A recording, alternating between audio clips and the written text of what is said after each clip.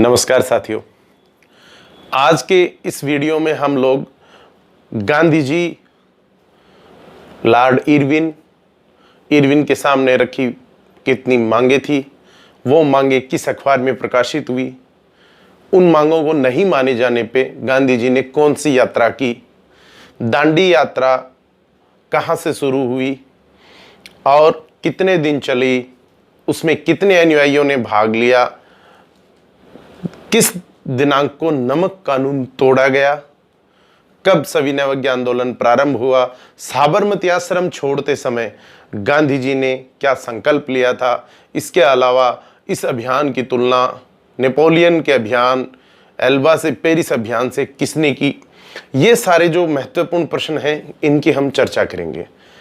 आज के इस वीडियो में हम लोग इसको जानेंगे, समझेंगे, याद करेंगे। तो आप लोग सब मेरे साथ आइए और अंत तक इस वीडियो को देखिए। निश्चित रूप से ये सारे प्रश्न हमेशा के लिए आपके याद हो जाएंगे। उस समय महात्मा गांधी भारत के जो मूवमेंट चल रहा था आजादी का, उसको महात्मा गांधी लीड कर रहे थे और अंग्रेजों की तरफ से जो भारत में थे वो थे वायसरॉय वो थे इरविन। वायसरॉय का नाम आपको याद रखना है, इरविन। गांधी जी ने वायसरॉय के सामने अपनी मांगे रखी। अब मांगों की संख्या क्या थी देखिए, इरविन में ई लेविन, यानी इनकी 11 मांगे थी। कितनी मांगे थी? 11 मांगे थी गांधी जी की। इरविन के सामने रखी और 11 मांगे रखी। ये सारी मांग युवा भारत, यंग इंडिया से जुड़ी हुई थी। जो 11 मांग थी वो उस समय तत्कालिक जो अखबार था यंग इंडिया, उसमें प्रकाशित हुई थी 11 मांग।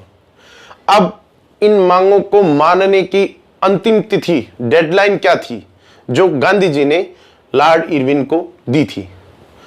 तो आप लोगों से ही मैं पूछता हूं, एक महीने में अधिकतम संभावित दिन कितने हो सकते हैं? आप सभी लोगों का आंसर होगा 31, 31। अब मैं कहूंगा इसमें आखिरी अंक क्या है? 3 और 1। तो मैं कहूंगा 1 को यहां लिख दो या 1 को 31 में से घटा दो। कितना बचा? 30। तो जो अंतिम दिनांक थी इन मांगों को मानने की वो थी 31, चूंकि 1 से महीना हो गया जनवरी 1930। गांधी जी ने कहा 31 जनवरी 1930 तक मेरी 11 मांगे मान लीजिएगा। लॉर्ड इरविन ने नहीं मांगी। तो गांधी जी की जो फेमस लाइन है कि मैंने रोटी मांगी थी मुझे पत्थर मिला, इंतजार की घड़ियां समाप्त हो गई। यानी गांधी जी कुछ बड़ा करने वाले थे। जो बड़ा होने वाला था या जो आंदोलन होने वाला था वो एक जगह से चल रहा था। वो जगह थी जो हम बार बार कहते हैं साबरमती के संत। तो वो सारा कुछ चल रहा था गांधी जी के साबरमती आश्रम से। गांधी जी के साबरमती आश्रम में तय हुआ कि हम लोग नमक कानून तोड़ेंगे और दांडी तक पैदल जाएंगे और वहां जाके हम नमक कानून को तोड़ेंगे। अब प्रश्न आता है कि साबरमती आश्रम से जब गांधी जी निकले तो उन्होंने क्या प्रण किया था? तो जो गांधी का प्रण था वो ये था कि जब तक स्वराज की प्राप्ति नहीं होगी मैं साबरमती आश्रम में नहीं आऊंगा। ये प्रण के साथ गांधी जी निकल चले। अब है कितनी दिनांक को निकले, कितनी तारीख को निकले? इसके लिए मैं आपको कहूंगा कि आप 1 से 5 तक की संख्या लिख दीजिए। 1, 2, 3, 4, 5। 1 से 5 तक की संख्या ले ली। चूंकि आपको सन का पता है कि यह सारा घटनाक्रम 1930 में हो रहा है, तो मैं कहूंगा कि आप पहले 3 अक्षर लीजिएगा, पहले ये 3 अक्षर लीजिएगा और इनको ऐसे लिख दीजिए। तो जो दांडी मार्च है, दांडी मार्च, उसका जो प्रारंभ तिथि है वो आ गई है 12 मार्च 1930 को। 1930 ईस्वी को उन्होंने साबरमती आश्रम से दांडी मार्च का प्रारंभ किया। कितने दिन चला? तो मैंने आपको 1 से 5 तक लिखाई है संख्या। तो मार्च से अगला महीना है अप्रैल। अगर गणित में करें तो 4, तो ये 4 भी आ गया। अब बचा क्या आपके पास? केवल 5। तो 5 अप्रैल 1930 ईस्वी को ये जो जत्था था ये दांडी पहुंच गया। दांडी पहुंचकर नमक कानून इन्होंने तोड़ा, नमक कानून तोड़ा और सविनय अवज्ञा आंदोलन का प्रारंभ हो गया इस दिन 5 अप्रैल 1930 से। तो ये डेट आपको याद रहेंगी। कितने दिन चला ये जो यात्रा थी?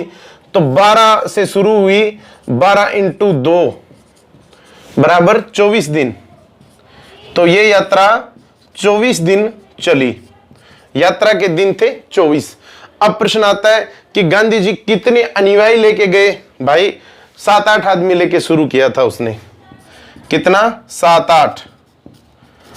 तो 7-8 उनके यानी 78 अनुयायी उनके साथ थे यात्रा के समय, जब यात्रा प्रारंभ हुई थी। 78 अनुयायी थे। 24 दिन चले। 12 मार्च 1930 को शुरू हुए। 5 अप्रैल 1930 को वो दांडी पहुंचकर नमक कानून तोड़ते, सविनय अवज्ञा आंदोलन प्रारंभ हो जाता है। इसके अलावा जो एक प्रश्न आता है कि पेरिस, एल्बा से पेरिस अभियान, एल्बा से पेरिस अभियान, ये अभियान नेपोलियन का अभियान था। नेपोलियन के अभियान से तुलना किसने की? तुलना की है इनकी सुभाष चंद्र बोस ने। सुभाष चंद्र बोस ने।